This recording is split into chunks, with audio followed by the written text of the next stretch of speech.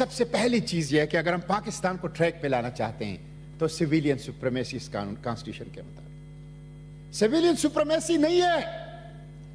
Corps commander conference نے ابھی کل پرسوں پریس ریلیز جاری کیا کہ ہمارا الیکشن میں کوئی کام نہیں تھا.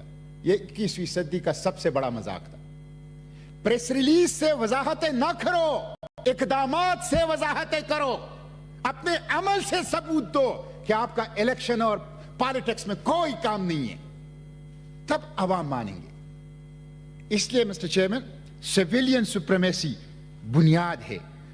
جب ایک سابق وزیر صاحب کہتے ہیں کہ جنرل باجوہ اور جنرل فیض پارلیمنٹ سے قانون سازی کرواتے ہیں, 22 گریڈ اور 21 گریڈ کا افسر پارلیمنٹ کو اٹھاتا اور بٹھاتا ہے, تو مسٹر چیئرمین اس کانسٹیٹیوشن کے مطابق کہاں سویلین سپریمیسی ہے؟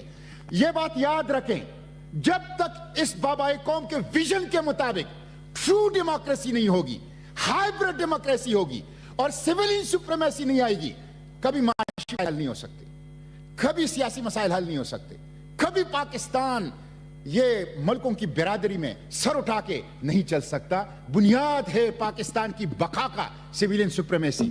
پاکستان کی فوج پاکستان کی سالمیت کے لیے ضروری ہے, پاکستان کے انٹیلیجنس ایجنسیاں پاکستان کی سالمیت کے لیے ضروری ہے, تحفظ اور دفاع کے لیے ضروری ہے.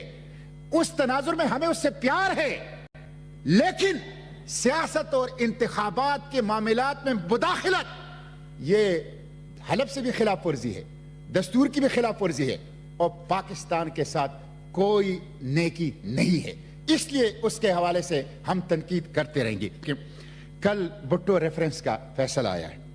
مسٹر چیئرمین, آپ دیکھیں 45 سال کے بعد آپ اس قوم کے ایک منتخب وزیر اعظم کو انصاف نہیں دے سکے, صرف غلطی تسلیم کر سکے. کسی جج کے ساتھ کبھی یہ کام ہوا ہے جو وہ منتخب وزیر اعظم کے ساتھ ہوا ہے؟ کسی جرنیل کے ساتھ کبھی یہ کام ہوا ہے جو منتخب وزیر اعظم کے ساتھ ہوا ہے؟ اور مجھے اس فیصلے کا پیرا سوال نمبر 14 میں پڑھتا ہوں, مجھے دکھ ہے جو کہ چیف جسٹس نے لکھا ہے. 4 نمبر پہ سوال پہ جو پریزیڈنشل ریفرنس تھا اس میں تھا, کیا شہید ذوالفقار علی بھٹو کے خلاف مقدمہ قتل کا فیصلہ قرآن مجید اور نبی کریم صلی اللہ علیہ وسلم کی سنت میں مذکور اسلامی قوانین کے تقاضے پورے کرتا ہے؟ اگر ایسا ہے تو کیا موجودہ مقدمہ توبہ کے تصور کے تحت آتا ہے, جس کا صریح ذکر قرآن مجید کے درج ذیل آیات میں ہوتا ہے؟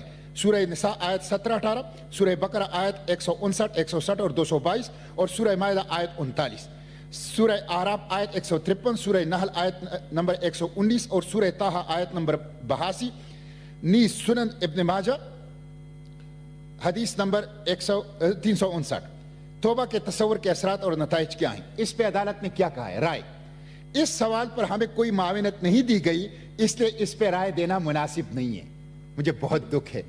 آپ کے پاس شریعت کوڈ ہے, آپ نے قرآن و سنت کی روح سے ظلم کیا ہے, آپ کے پاس کونسل آف اسلامک آئیڈیالوجی ہے, آپ ان سے رائے لے سکتے تھے.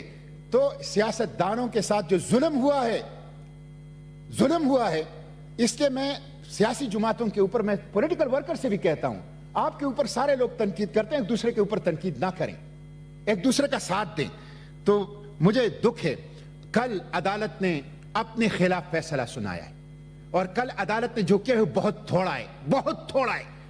مسٹر چیئرمین, میں یہ عرض کروں گا کہ سیاسی جماعتیں مذاکرات کریں. سیویلین سپریمیسی کو انشور کرنے کے لیے ایک دوسرے کے ساتھ بیٹھیں, ایک دوسرے کو راستہ دیں, مذاکرات کریں. نان الیکٹڈ فورسز کو دکھیلنے کے لیے ایک ہی نقطے پر متفق ہو جائیں کہ یہ ملک عوام کا ہے, حقی حکمرانی ان کا حق ہے, اور وہ چوزن ریپریزنٹیٹیو کے ذریعے پارلیمنٹ کے ذریعے اس کو استعمال کرے گا. اس کے لیے اتفاق کریں, اور جتنے بھی سیاسی قیدی ہیں ان کو رہا کریں, سیاسی قیدی کو رہا کریں, عمران ریاض کو رہا کریں, اسد تور کو رہا کریں, صحافیوں کو رہا کریں. میڈیا آپ کا ہیراول دستہ ہے, جمہوریت کا ہیراول دستہ, دستوریت کا ہیراول دستہ, فنڈامنٹل رائٹ کا ہیراول دستہ.